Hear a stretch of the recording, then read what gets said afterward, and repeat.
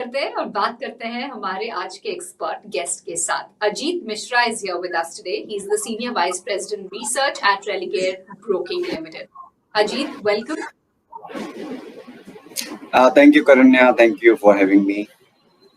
तो मार्केट्स जो हैं वो काफी लिस्टलेस और एक रेंज में ही नजर आ रहे हैं पिछले एक हफ्ते से अगर हम देखें, एंड स्पेशली जो 25,000 लेवल है निफ्टी का, वो डिसाइसिवली ब्रेकआउट अभी तक के नहीं हो पाया है। जब जब 25,000 ब्रीच किया है निफ्टी ने, again it has sort of retreated from those levels.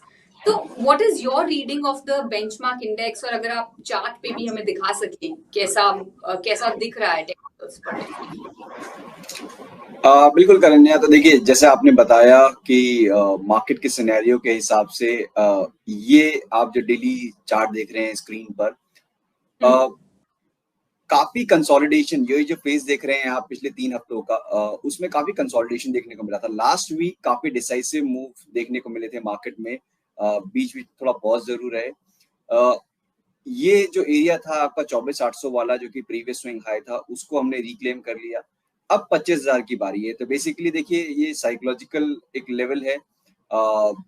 25,200 जब भी हम क्रॉस कर पाएंगे तो फिर हम देखेंगे ये मोमेंटम बढ़ते हुए। तो एज ऑफ नाउ करन्या, मुझे लगता है कि टोन पॉजिटिव रहेगा, टेक्सचर पॉजिटिव है। जो सेक्टोरल अगर आप बात करें तो लास्ट वीक अगर आपने देखा होगा, सारे सेक्टर्स पॉजिटिव साइड पे बंद हुए थे। बैंकिंग जिसने काफी लंबे टाइम तक आउट परफॉर्मेंस दिखाई, जैसे कि आप बैंकिंग इंडेक्स का ग्राफ को देखिए, तो ये एक स्ट्रॉन्ग मूव के बाद करीब 7,000 पॉइंट की रैली जिसने इंडेक्स को अपने रिकॉर्ड हाइस पे लेके गया, उसके बाद से यहाँ थोड़ा सा पॉज था। अब मुझे लग रहा है कि बैंकिंग लीड कर सकता है next leg of the up move में, जो कि निफ्टी को 25,200 के ऊपर लेके जाए और 25,600 तक के लेवल्स आपको आने वाले टाइम में दिख जाए। तो यहाँ पे टोन पॉजिटिव है। बाय ऑन डिप्स का अप्रोच एक ट्रेडर को, इन्वेस्टर को बना के रखना चाहिए। तो ये जो बाय ऑन डिप अप्रोच है, ये कई सारे एक्सपर्ट्स हमें फ्लैग ऑफ करते आए हैं पिछले कुछ दिनों में। पर किन पॉकेट्स में हमें ये बाय ऑन डिप अप्रोच रखना चाहिए? बिकॉज जब मार्केट में थोड़ा कंसोलिडेशन होता है तो हम across the sector profit booking देखते हैं, आईटी से लेके, डिफेंस से लेके, ऑटो से लेके फाइनेंशियल्स तक। Now of course defence has been a clear outlier, पर ऐसे मार्केट में जहां पे आईटी भी रिट्रीट कर रहा है, ऑटो भी रिट्रीट कर रहा है, या फाइनेंशियल्स भी रिट्रीट कर रहे हैं, हमें कैसे पता कि हमें कहाँ पे स्टॉक पिकिंग करनी चाहिए लोअर लेवल्स पे? बिल्कुल, देखिए वाजिब सवाल है। और जैसे कि हमने देखिए बात की थी कि लास्ट वीक सारे सेक्टर्स पॉजिटिव थे, तो विद इन द सेक्टर्स भी करने आपको काफी हद तक मेहनत करनी पड़ती है to select the right stock, because आपको within the sector underperformance भी दिखेगी। क्योंकि बैंकिंग अगर आप बात करें, जैसे मेजोरिटी ऑफ स्टॉक तो आपको दिख रहे हैं, at the same time IndusInd bank वहां पे स्ट्रगल कर रहा था, पीएसयू बैंक स्ट्रगल कर रहे थे। अब जाके इनमें रिकवरी देखने को मिल रही है, रिबाउंड देखने को मिल रहा है। तो यहाँ पे जैसे कि अगर मैं बैंकिंग की बात करूं तो जैसे एक्सिस बैंक, एचडीएफसी, आईसीआईसीआई जो कि टॉप परफॉर्मर्स हैं, जरूर इन पे ध्यान होना चाहिए। साथ ही साथ पीएसयूज में bank of India, bank of Baroda, Canara bank, ये कुछ एक ऐसे नाम है जहाँ पे कि अच्छा ट्रैक्शन देखने को मिल रहा है। बैंकिंग के अलावा ऑटो पैक में जैसे आइशर मोटर हो गया, मारुति हो गया, ये कुछ साइडलाइंस पे थे। एमएनएम, टीवीएस, इनमें आपको अच्छा ट्रैक्शन देखने को मिल सकता है।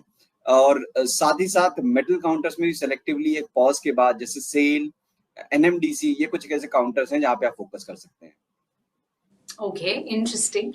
Of course flavour of the day, rather flavour of the season है defence stocks.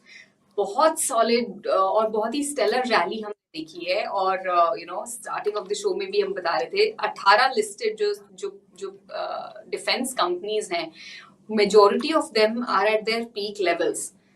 Is it too late now to enter defense pack? देखिए करण्या, बिल्कुल यहाँ पे अगर आप बात करेंगे थीम्स में, अगर आप देखेंगे तो डिफेंस ही एक ऐसी थीम है जिसने की रिकवरी पहले शुरुआत की, और वो स्ट्रेंथन हो रही है with every passing week. No doubt काफी स्ट्रॉन्ग मोमेंटम ऑलरेडी देखने को मिल चुका है, थोड़ा बहुत पॉज कंसोलिडेशन देखने को मिल सकता है इस सेक्टर में। तो जैसे एचएल का चार्ट अपनी स्क्रीन पे देख रहे हैं कि बिफोर रिजल्ट्स ये स्टॉक एक रेंज में था, तो वहां एक अच्छी बाइंग अपॉर्चुनिटी थी, बिकॉज आपके पास सपोर्ट काफी नजदीक थे। अब इतने एक्सटेंडेड मूव के बाद डेफिनेटली यहाँ पे थोड़ा कंसोलिडेशन और पॉज की पॉसिबिलिटी होती है कि यहाँ पे आपको स्टॉक में देखने को मिले। सेम होल्ड ट्रू फॉर आपके जो दूसरे नाम है, जैसे मजगांव डॉक हो गया, कोचिन शिपयार्ड हो गया, बीईएल, बीडीएल, इन सभी में काफी स्ट्रॉन्ग मोमेंटम देखने को मिला है। तो ऐसा नहीं है कि ये यहाँ से एकदम फिजल आउट हो जाएगा, बट यस थोड़ा कंसोलिडेशन, थोड़ा सा पॉज वो एंटिसिपेटेड है। तो ज्यादा जल्दी ना करें इसमें एंट्री करने के लिए, थोड़े पॉज कंसोलिडेशन का जरूर वेट करें। तो मान लेते हैं कि दे डू स्टार्ट कंसोलिडेटिंग, तो आपको कौन से stocks with in defence promising लगते हैं अजीत? बिल्कुल, देखिए जैसे एचएल की हमने बात की कि बीईएल ऑलरेडी अपने रिकॉर्ड हाई पे है। जैसे कि अगर आप देखेंगे काफी एक अच्छे कंसोलिडेशन के बाद यहाँ पे एक ब्रेकआउट आया था, जिसके बाद से ये आउट परफॉर्मेंस कंटिन्यू है।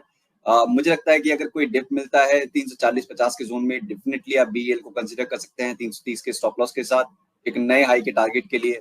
एचएल भी उन्हीं कैटेगरी में से है कि यहाँ पे अगर कोई भी डिप मिलता है आपको 4800 से लेकर 4900 के रेंज के बीच में, तो वो एक अच्छी बाइंग अपॉर्चुनिटी होगी। 4600 जो आपकी शॉर्ट टर्म एवरेजेस है वो सपोर्ट रहेगा, और जो रिकॉर्ड हाई ग्रेजुअली करीब 5400 से लेकर 5600 के रेंज में ये स्टॉक आपको बढ़ता हुआ नजर आए।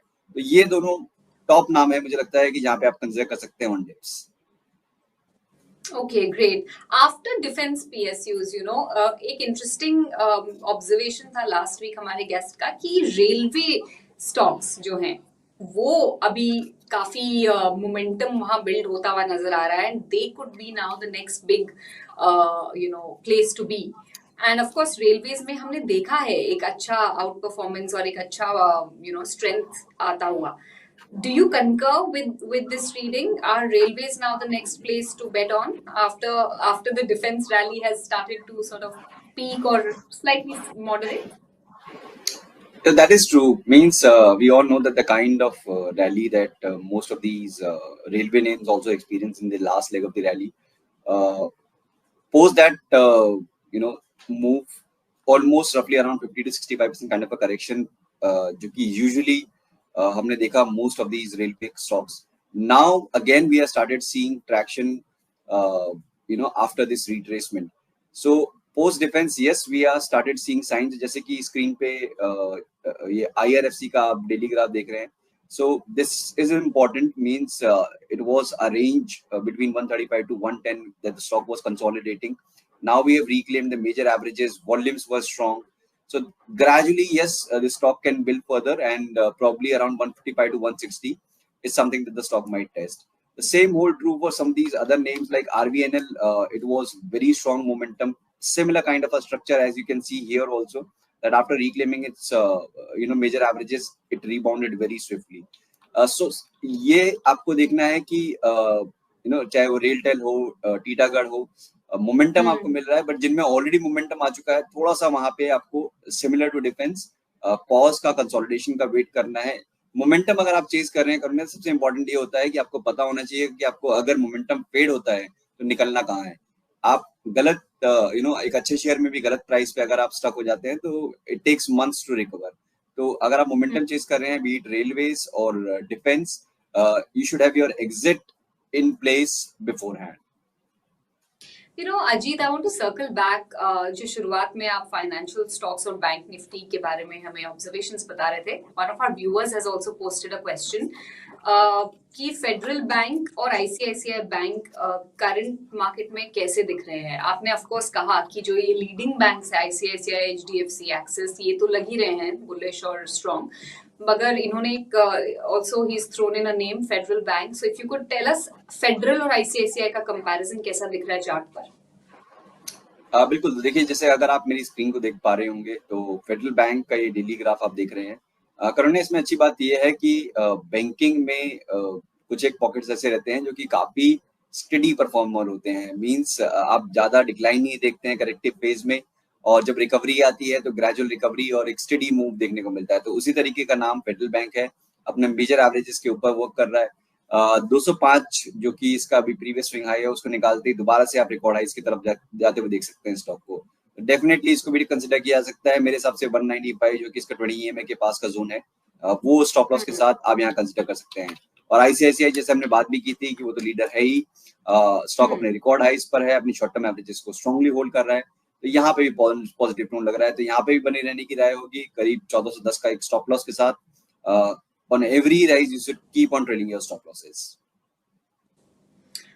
Okay, all right. So you know आज का हमारा जो मेन एजेंडा था अजीत, वो ये था कि आज जो मार्केट जैसे थोड़ी रेंज बाउंड नजर आ रही है पिछले कुछ दिनों से ही, बारिंग वन और two breakout rallies of sorts that we've seen, barring that एक वो 25,000 के आसपास मार्केट है, उसी रेंज में ऊपर नीचे थोड़ा प्लस माइनस चल रहा है। तो ऐसे मार्केट में स्टॉक पिकिंग करने का तरीका क्या है, स्पेशली अगर कोई टेक्निकल्स पे फोकस करके अपना एंट्री लेना चाहे, तो what would be your advice?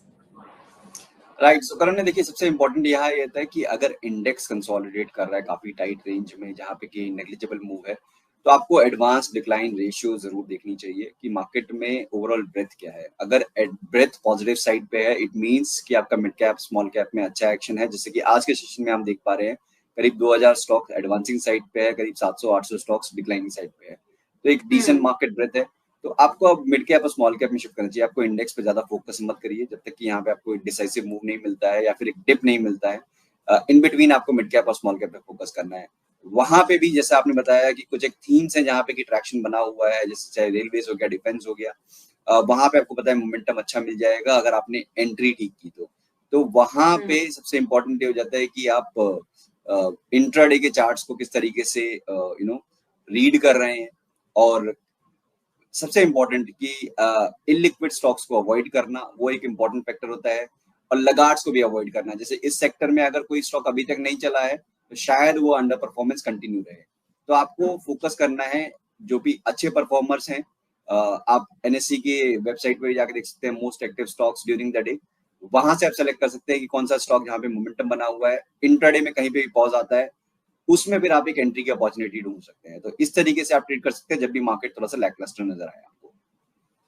Great. Thank you for sharing those notes with us and our viewers, Ajit. I hope people are taking note of that. हमारे साथ आज बात करने के लिए a big thank you, and thanks for resolving some of our viewers' questions and queries as well. It was great having you on Grow TV Live. Thank you, Karan. Thank you. Thanks a lot.